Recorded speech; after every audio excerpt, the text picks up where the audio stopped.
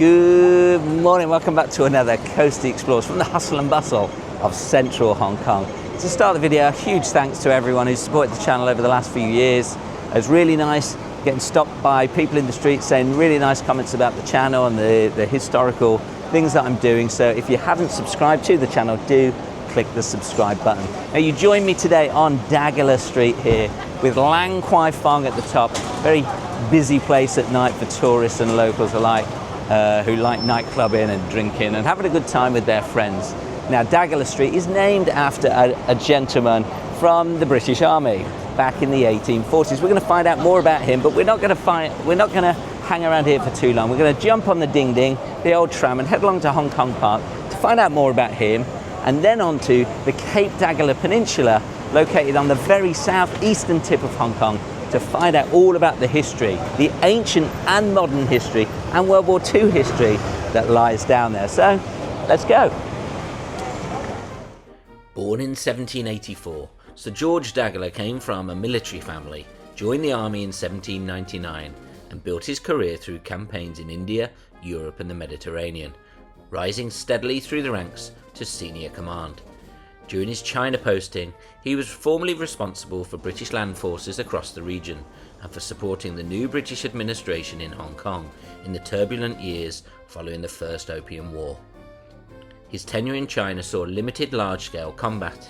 His main direct operation was the 1847 Davis raid up the Pearl River, launched to punish Chinese forts for mistreating British subjects in Canton.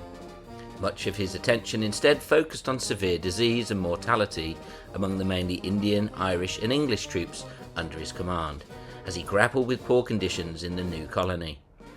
D'Aguilar left Hong Kong in 1848, but his name remained attached to the territory through places such as Cape D'Aguilar, reflecting his institutional importance as the senior army officer in China during the early years of British rule.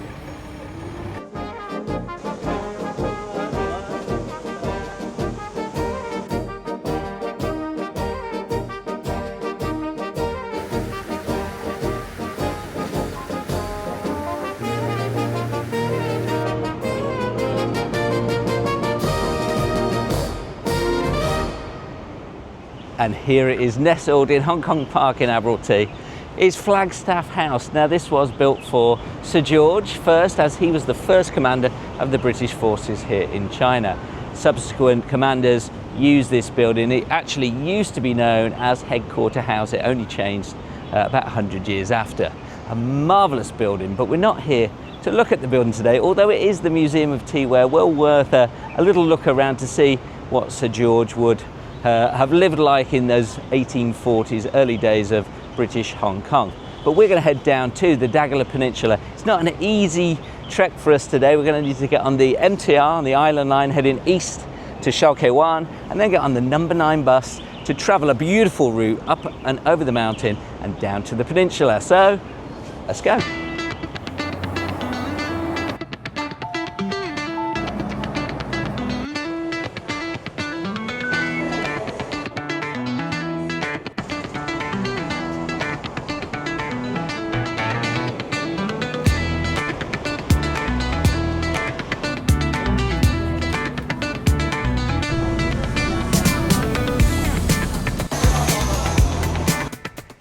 And we've made it to Cape D'Aguilar Peninsula. Always a pleasure, never a chore, that bus ride, unless it's on a bank holiday. We have the wonderful northern end here, and we have Sheko, a lovely beach village, which is lovely on weekends to go, have some nice food, use the beach. We have Big Wave Bay just up from there, popular with surfers. It's got some ancient rock carving, so we will be back there. And then there's the Dragon's Back, straight up the middle of the peninsula, which is Hong Kong's pride and joy in terms of its walking trails. But we're not going to check that out today. We're going to turn around and head south into the sun. And just over that hedge is where we're going to start today's video. So join me as we go back in time.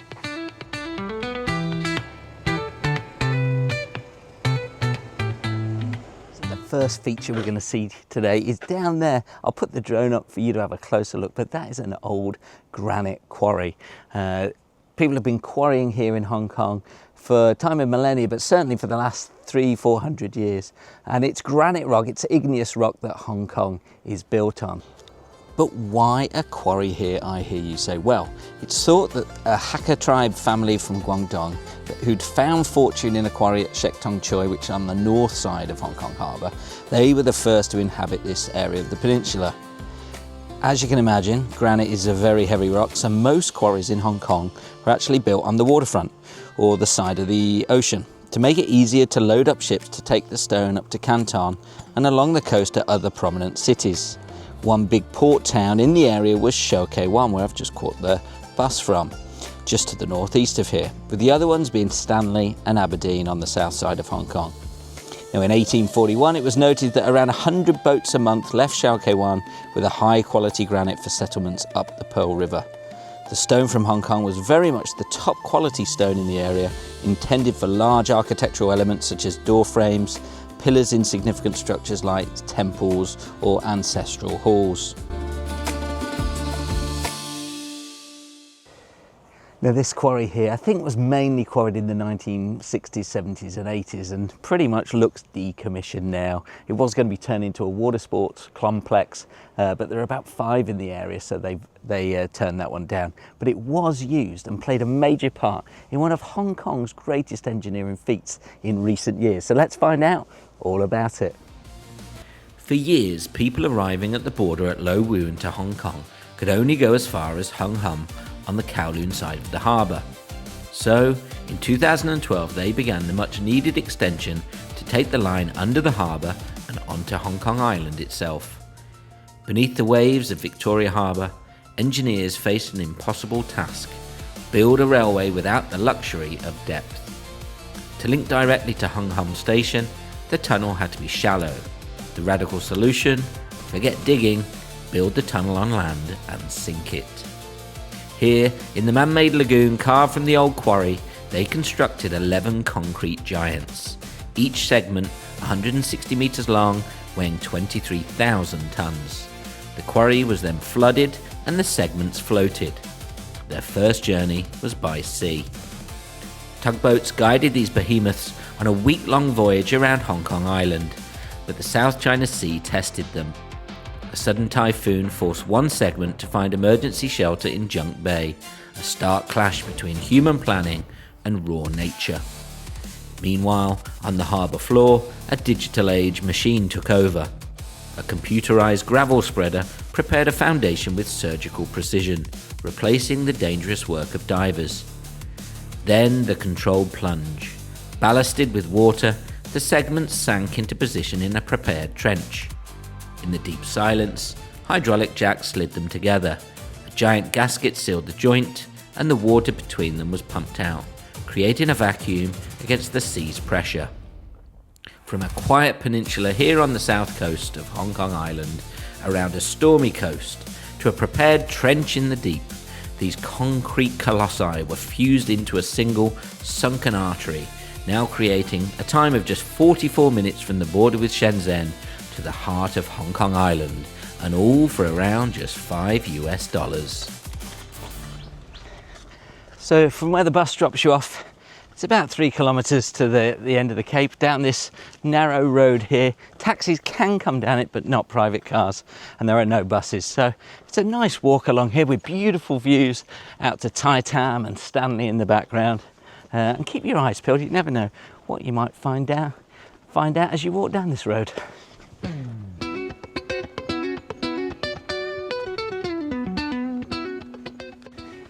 Here you go, this is what I'm talking about, things like this. Now this could either be a drainage structure built by engineers to wash the water off the land. We've got quite a few similar looking drains along the road, but this one's the only one that covered. But I did see on Hidden Hong Kong map that there is a tunnel complex. Is that it? Was this built by the British or even the Japanese who were here in World War II? If you know what that was, write it in the comments below. But we will be finding some World War II complexes, pillboxes and batteries further down the road for sure.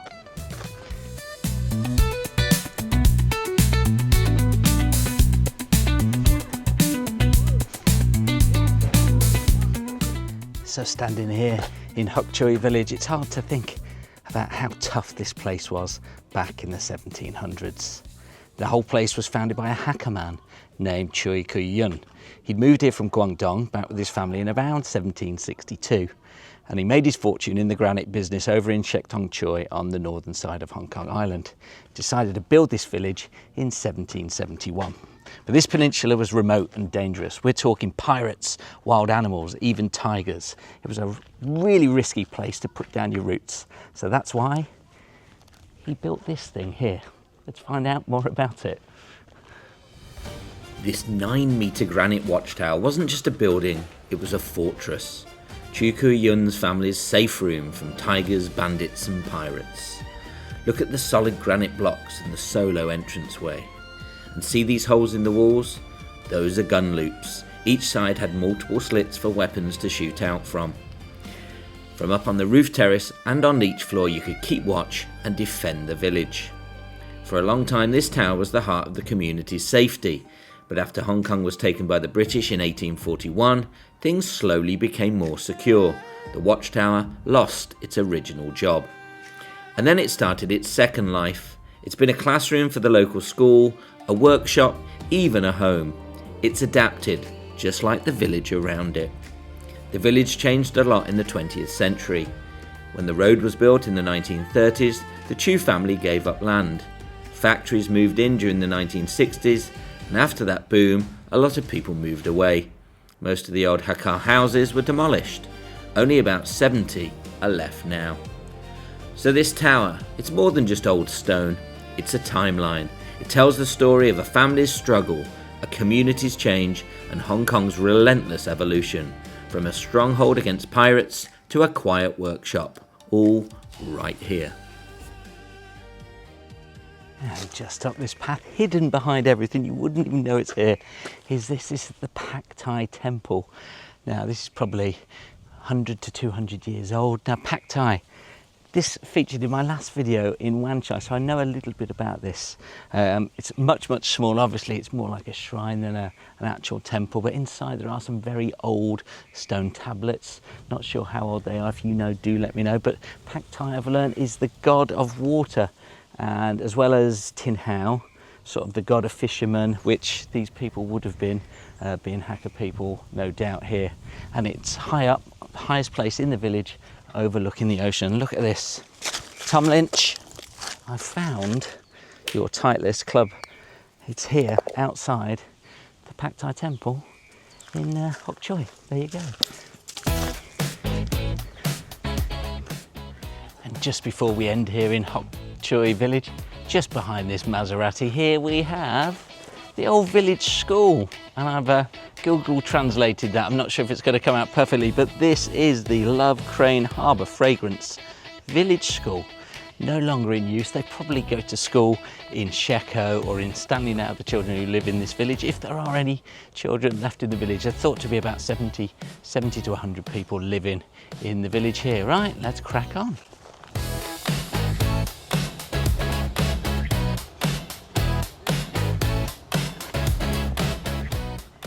Now as we leave the village, over here we have what's left of an old preserved mustard factory.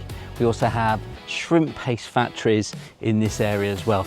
They are ubiquitous all around these coastal villages in Hong Kong. And right down there, that pathway leads down to a historical structure that I'm not going to go down today. I've tried, but it's overgrown. There could be snakes, there will be snakes, there will be other creepy crawlers, so we're not going to go down there, but I will tell you about it when we get to the end of the road, because its sister structure is further down. Let's go.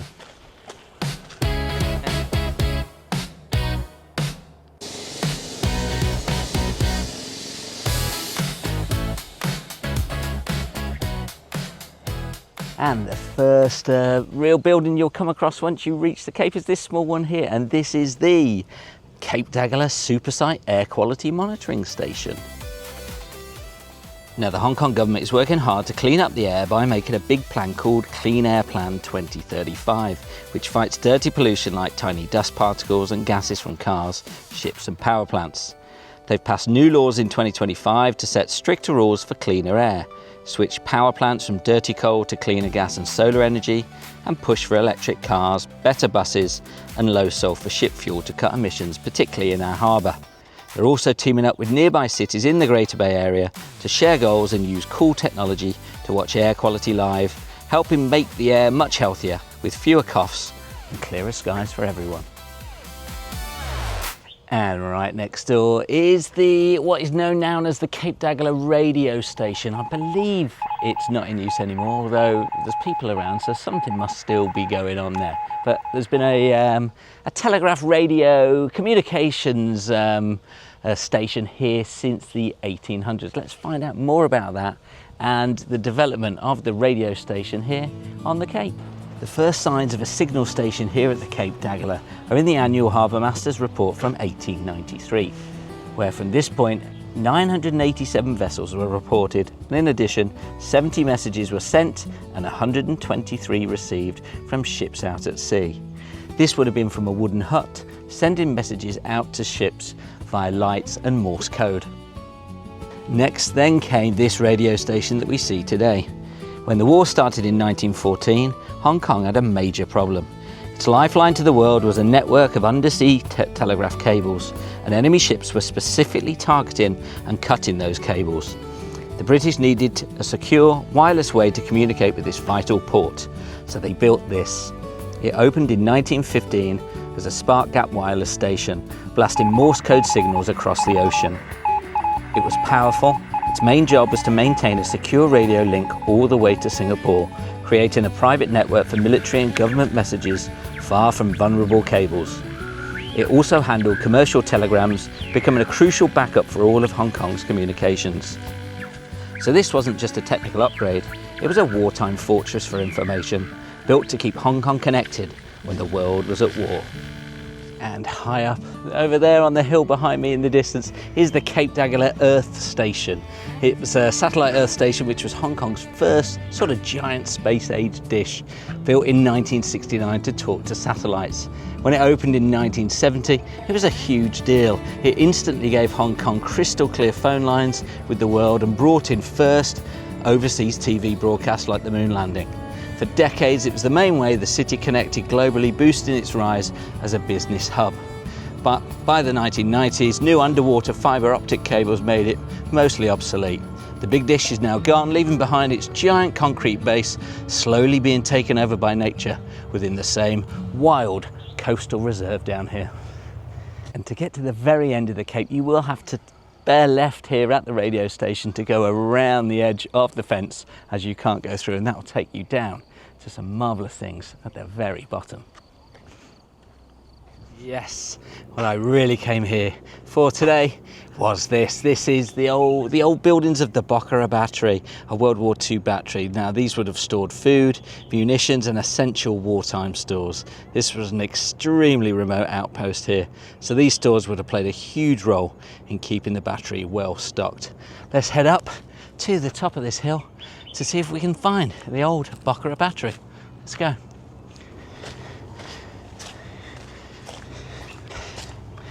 And here it is, the Bokhara Battery. This was built in 1941, just weeks before the outbreak of World War II with Japan. Now there are actually two batteries here on the peninsula. This one here, the larger one with 9-inch guns, and a smaller one on the ridgeline just up there on the hill. We'll start off by taking a little look at the smaller one, and we'll come back to explore the Bokhara Battery. The proposal for a battery here on the southeastern end of the peninsula dates back to 1910, when the Inspector General of Forces in London suggested its construction, but local British commanders rejected it due to the site's isolation and vulnerability to attack. The idea resurfaced in the mid-1930s amid revised Hong Kong defence plans, leading to the decision to build two batteries on the peninsula under Eastern Fire Command. The larger Bokhara Battery with two 9.2-inch guns, and the smaller Cape D'Aguilar Battery, completed in 1939 and equipped with two 4-inch guns from the Royal Navy. Positioned somewhere up there, now lost to the forest, was the D'Aguilar Battery. This was manned by the first battery of the Hong Kong Volunteer Defence Corps under a Captain Rees. This featured gun emplacements, a battery command post, searchlight positions, ammunition bunkers, observation posts, pillboxes, barracks and stores to support troops in this isolated location. The main searchlight position, however, was on the southwestern tip of the peninsula.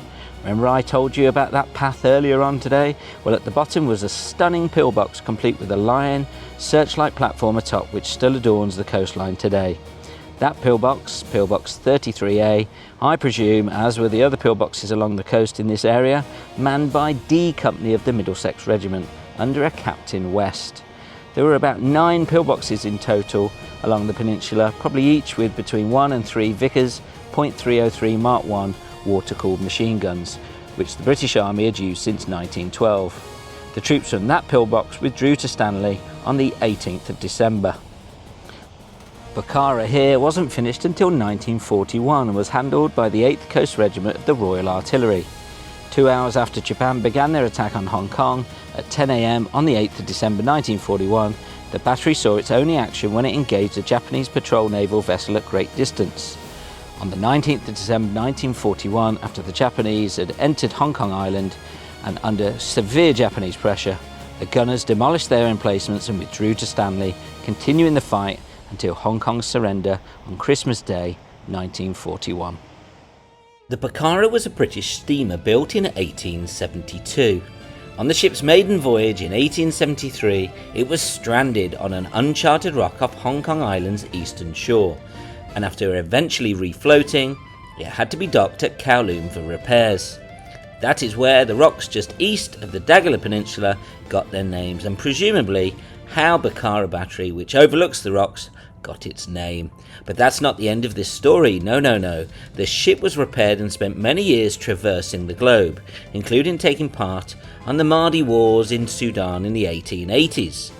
But its most notable event, and its demise, would be the one that it's most remembered for. And for this, let's head back into the city quickly to the site of the old cricket ground in Central. In October 1892, the P&O ship SS Bokhara left Shanghai for its 3-day voyage back to Hong Kong, loaded with silk, tea, silver coins, and the Hong Kong cricket team, fresh from an interport match against Shanghai. By Sunday the 9th, the barometer was plunging, and Captain Charles Sams knew a typhoon was closing in, as the seas rose into walls of water, smashing across the decks. Through that night, officers lashed down hatches, stripped the sails, and tried to turn the ship to ride out the storm, but the wind was too strong, and the Bokhara drifted helplessly in hurricane-force conditions.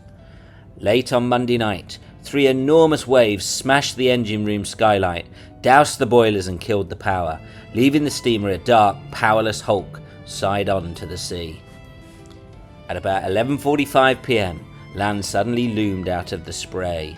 Sams shook his officers' hands, said they had done their best, and went down to warn the passengers. He was never seen alive again. Moments later, the Bokhara struck a reef off Sand Island, heeled over, and was swept by breaking seas that tore passengers and crew from their decks. Dr. James Lowson of the cricket team grabbed life jackets, shouted at others to escape, then was hurled into the black water and fought his way 200 metres through rocks and surf to the shore. Chief Officer Giles Prickett was also washed onto the reef with no memory of how he survived. By dawn on October 11th, the ship had vanished, leaving only wreckage strewn along the beach and a handful of stunned survivors huddling in a hut.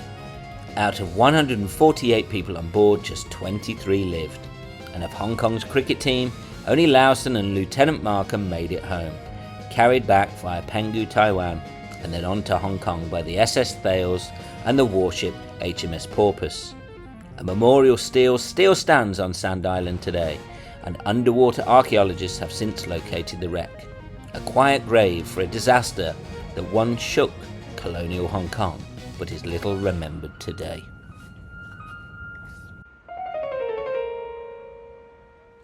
And right beside the old Bokhara Battery, we have the submarine cable station here at Cape D'Aguilar.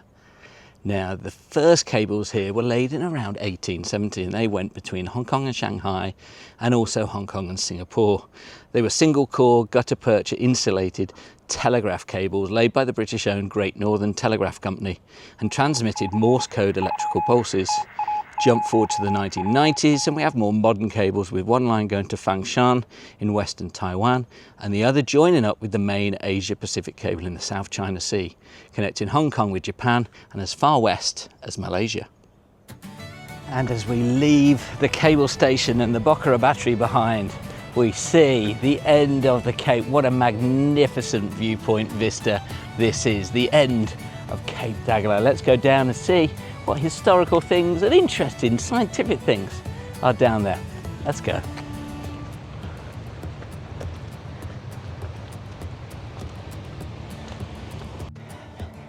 And something that you'd definitely find at the end of any rocky outcrop of land is a lighthouse. And this one was the first ever one in Hong Kong. Let's find out more about it, but also about lighthouses in general along the southern boundary of Hong Kong. With increased maritime traffic in the 1870s, a survey was carried out to find the 3 best sites for lighthouses in Hong Kong. The first idea was Waglan Island, which was initially still in Chinese territorial waters, and Britain didn't want to build structures on territory it didn't control. So the second best sites, all with the jurisdiction of Hong Kong, were considered to be Cape D'Aguilar, Green Island and Cape Collinson, as reported by the harbour master H.G. Thomsett in March 1873. Lighthouses in these places would cover the eastern entrance and western entrance to Hong Kong Harbour. Eventually this is where the first 3 lighthouses were built. To manage the new lighthouses, a 30-year-old man from Surrey, Mr. Archibald Baird, was recruited. He arrived in Hong Kong from England in 1874 in the capacity of principal lightkeeper for Cape D'Aguilar. The lighthouse, a round granite structure, stands 200 feet above mean sea level, and in clear weather it should be seen at a distance of around 23 nautical miles. It has had to withstand immense force during severe typhoons out here in Asia. Consequently, that is why lighthouses were constructed circular in plan. In 1888, the Chinese and Hong Kong governments reached an agreement over Gap Rock Lighthouse. It would be built by the British and maintained by them, but would remain Chinese territory, not to be used for any other purpose. This is located 50 kilometres southwest of Hong Kong and is one of the first of the islands you would see approaching the Pearl River Delta. Waglan Lighthouse is a different story. It was constructed by a Paris company for the China Customs Light Department of the Imperial Maritime Customs in 1893. It started to operate on May the 9th in the same year. It was run by the Chinese Maritime Customs from Shanghai. Following the lease of the new territories by Britain in 1898, it was then transferred to the administration and control of the Hong Kong government on the 1st of January 1901. Automated since 1989 and managed by the Marine Department, Waglan is used today not only as a navigational aid, but also as an outpost where weather information on the eastern corner of the territory is collected and analysed by the Hong Kong Observatory. Now here's something I've always wanted to see. It's the bones of Miss Willie. This is an infant or junior finback whale. Whether these are the real bones or replicas, I think the real ones might be in the Science Museum. But this whale was caught, I think it was already dead when they found it in Hong Kong Harbour. Now right here behind me is the Swire Institute, Marine Studies, and they take care with Hong Kong University of the wonderful marine reserve here, Hong Kong's only marine reserve. So let's find out more about it. Covering about 20 hectares, the Cape D'Aguilar Marine Reserve protects a unique stretch of rocky coastline and nearshore waters. The reserve is rich in biodiversity, home to numerous fish species, the occasional Chinese white dolphin, the venomous blue-ringed octopus, vibrant coral communities including the stony and soft corals, gorgonians and various marine invertebrates. Its rugged granite coast features steep cliffs, narrow rocky shelves and tidal splash pools shaped by the forces of wind, tides and volcanic geology, offering both ecological and geological interest. The area is managed by Hong Kong's Agriculture, Fisheries and Conservation Department, with research support from the University of Hong Kong's Swire Institute of Marine Science. It is protected strictly.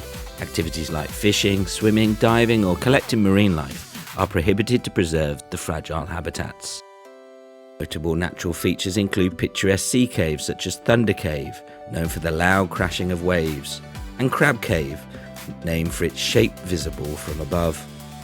Cape D'Aguilar Marine Reserve exemplifies Hong Kong's commitment to conserving marine ecosystems amidst urban surroundings, and it is a treasured natural heritage site offering a glimpse into coastal biodiversity and geological history. And that brings us to the end, from the very edge of Hong Kong's southeast island. Thanks for watching. This is the final video of 2025. Thanks if you've been following me over the year. Don't forget to like and subscribe for some great content coming up in 2026. I hope you all have a wonderful Christmas, and we'll catch you in the new year. Bye for now.